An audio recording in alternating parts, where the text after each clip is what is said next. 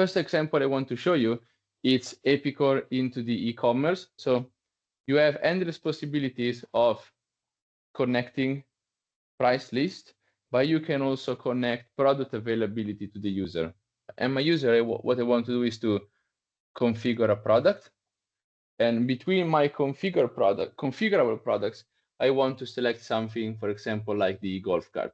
As you can see, you can also apply discount in your e-commerce, and this will be reflected into the Epicor CPQ configurator. So I want to configure my golf cart.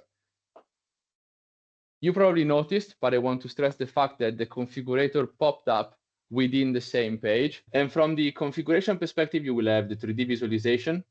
You can really see down to the details. You see the plastic and the metal reflecting on the backside of the seat. You can also zoom in and see what's going on the steering wheel. You want a 4-seater. If you are not familiar with the 4-seater, 2-seater, you can also get more information. As an administrator of the tool, what you can do is to also decide if there are more information, the layout of the page, if there are more pages, as you can see here on the right-hand side, or you want a one-pager. Everything is up to you on how to decide how to configure it. You also see the total price on top. So e-commerce, show price with specific information. Internal salespeople, show price with more information, because of course, internal people might or should know more about the configuration process. And all of this is dynamic. So changing the color happens in no time. Then you want to work on the exterior. Let's make it blue. Maybe you want to change a tire. And in this case, we want a canopy. And if there is a canopy, then we want to decide if there is a windshield or if there is a tinted one. And you can clearly see visually into the 3D visualization in no time. So customers also add services sometimes. So you can suggest bundle of services. You can have warranty extension. You can have life warranty extension. Through the laptop is not available, but consider that through mobile, so phone, tablet, doesn't really matter the type. You just need the browser and the camera.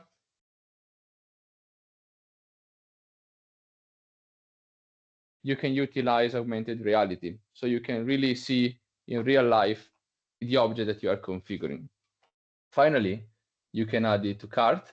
And then from the e-commerce perspective, the CPQ job is done, because it's the e-commerce then taking care of payment methodology, shipping cost.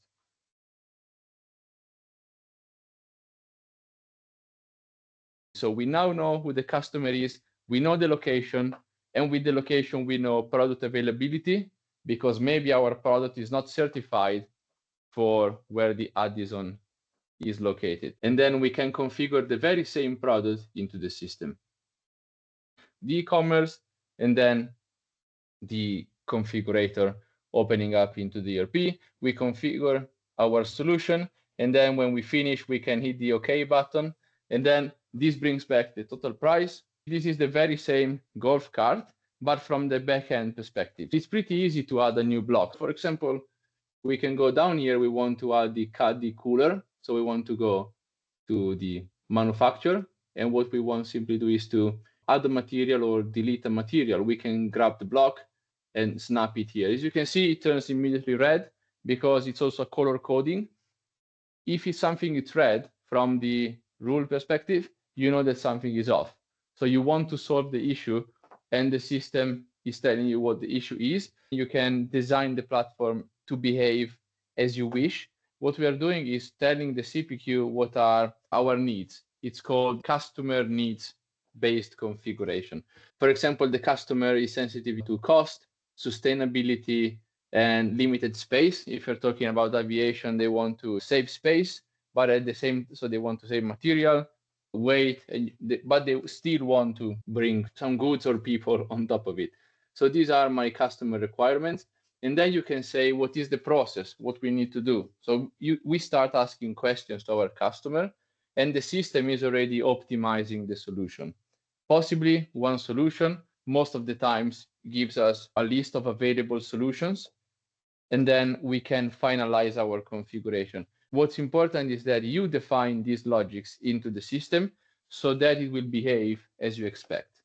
And when we finalize, we jump into the configuration itself, which has a slightly different user interface compared to the golf cart. And you will see that now a solution is appearing on the screen. So the system, from the 3D perspective, is putting more objects into the system. And you also have the ability, if the configuration allows you to do it, to add another product to the system. And for example, if we add a floor plan, you can say, I want to bring this and position it there. So the system can also allow you to drag and drop visually an object. And this is also interference checking. So if you want to position something in a position that it cannot go, then the system, if the system knows your logic, then it will tell you that's not available. So instead of a product here, what we are configuring, it's more a solution of a custom for the customer.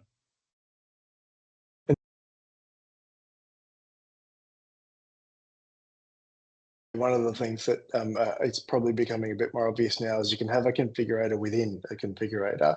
So one of the customers we're working with right now is a furniture company, and they've got a room configurator in which you can put multiple pieces of furniture and then move the furniture around and see make sure that it's all going to fit, make sure it's all going to look good, etc. So that configurator within a configurator might be another interesting option. This is, of course, correct, but it's also the name you want to give to the explanation is called nested configuration approach.